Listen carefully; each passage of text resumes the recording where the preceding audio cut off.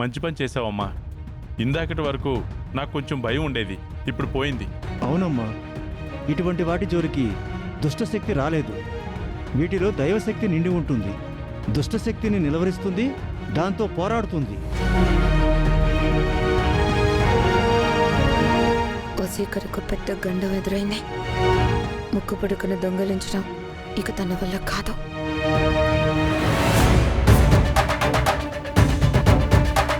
అందరం కట్టుకుని పూజ చేసుకుందాం. నేను ఆల్రెడీ కట్టుకున్నాను, మీరు కట్టుకోండి. అందరూ కట్టుకుంటారు కానీ మాయ మాత్రం కట్టుకోదు. ఎందుకు కట్టుకోదు? కట్టుకోదు ఎందుకంటే తన మనసులో ఈ పాటికే చాలా ప్రశ్నలు రన్ అవుతూ ఉంటాయి. చూసావా, నువ్వు మా గురించి ఎంత మంచిగా ఆలోచించినా వీళ్ళు నిన్ను ఇంకా ఎలా అనుమానిస్తున్నారో. నువ్వేమో అవని గొప్పది, అక్షయ్ గొప్పది అంటూ పొగుడుతున్నావు. మాట్లాడవేంటి మాయా? ఈ తాడుని కట్టుకుంటావా లేదా? ఎందుకు కట్టుకోనవని? మీరు నన్నెందుకు అనుమానిస్తున్నారు? ఊరికి ముక్కు పుడకకి మంచి జరుగుతుందంటే ఎందుకు అభ్యంతరం చెప్తాను?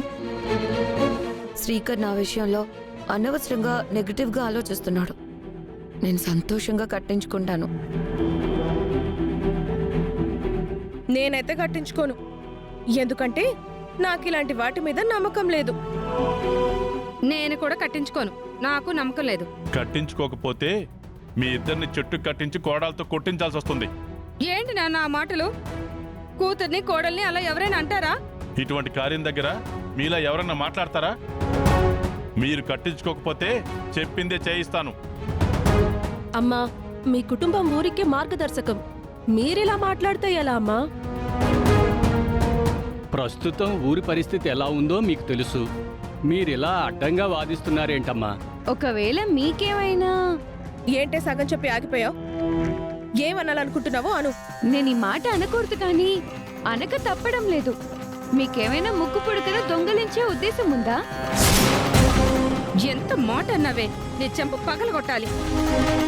మీ అమ్మని చూసుకున్నా విర్రవీగుతున్నావు, దవడలు బాచిపోతాయి. వేదవతి గారి కూతుర్ని, రెండో కోడల్ని దొంగలనంటావా? జుట్టు పట్టుకుని నేలకేసి కొడతాను, ఏమనుకుంటున్నావో? అటువంటి ఉద్దేశం లేనప్పుడు కట్టుకోవడానికి అభ్యంతరం ఏంటి? ఎవరూ కాదనడం లేదు కదా. నా కూతురు అడిగిన దాంట్లో తప్పేం లేదు. నా బిడ్డ మీద చేయి పడితే చూస్తూ ఊరుకుంటాను అనుకున్నారా? అందరితో మాట అనిపించుకోకుండా బుద్ధిగా కట్టించుకోండి. అమ్మా అవని, అందరికీ ఇవ్వమ్మ, కట్టుకుంటారు. అవని, ముందు నాకు కట్టు.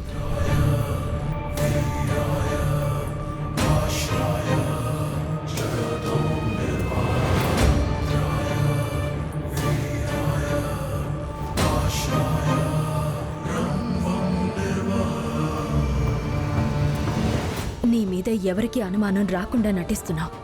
నీ మీద ఓ కన్ను వేసి ఉంచాను. నా కంట్లోంచి నువ్వు తప్పించుకోలేవు.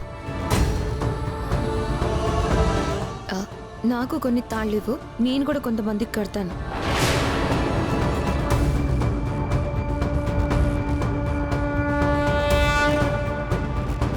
ముక్కు పుడకని కాపాడుకోవాల్సిన బాధ్యత మనందరికీ ఉంది. అందరూ ఖచ్చితంగా కట్టుకోండి.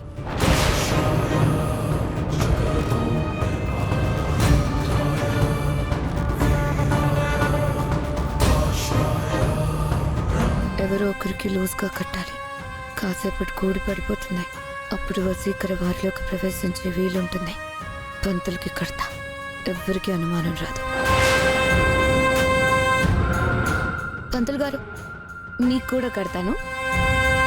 నాకెందుకమ్మా? పూజని జరిపించేవాణ్ణి నేను. నా దగ్గరికి ఏ దుష్టశక్తి రాదు.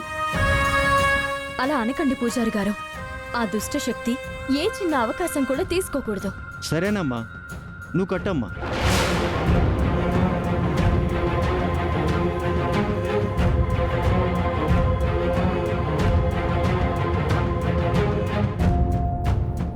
వసీకర, నువ్వు రాకుండా ఉండడానికి అవని అన్ని దారులని మూసేయాలని చూసింది. నేను నీ కొరకు ఒక దారిని తెరిచుంచబోతున్నాను. నువ్వు సిద్ధంగా ఉండవు.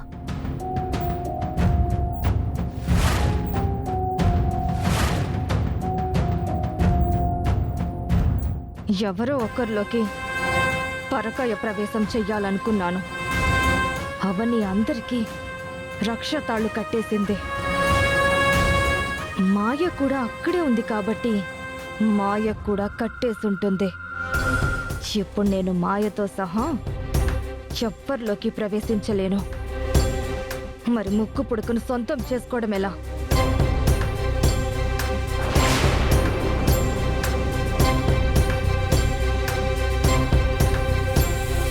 అందరూ బొట్లు పెట్టుకోండి అమ్మా.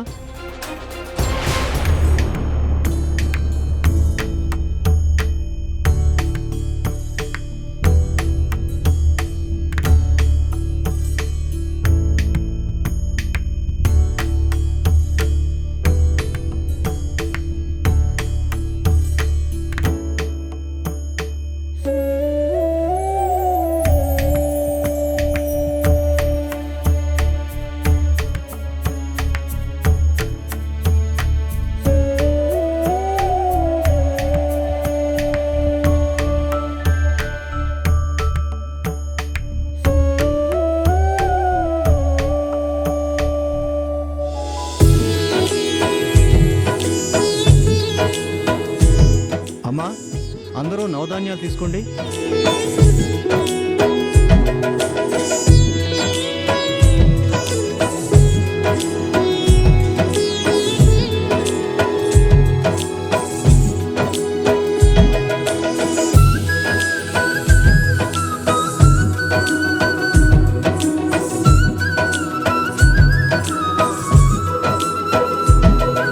అందరూ నవధాన్యాలను మట్టి మీద వేయండి.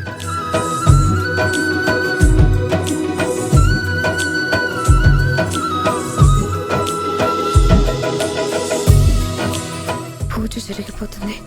వసీకర్ ఇక్కడికి చేరుకున్నట్టు తన జాడ కనిపించడం లేదే. వసీకర్ కోటలోనే ఉండి ఏం చేస్తుంది? ఆ దుష్టశక్తి ఏ రూపంలో వచ్చినా నా కంటపడేలా చేయి తల్లి.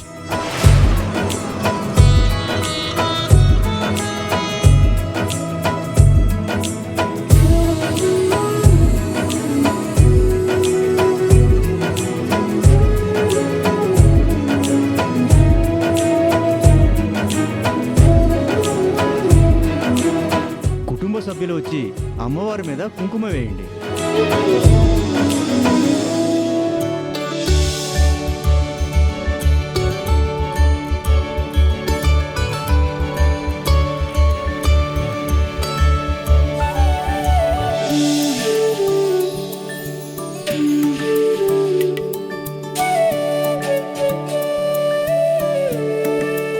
నేను ఎవరిలోకి పరకాయ ప్రవేశం చేయకుండా ఆ అవని అడ్డుపడుతుంది అనుకోలేదు.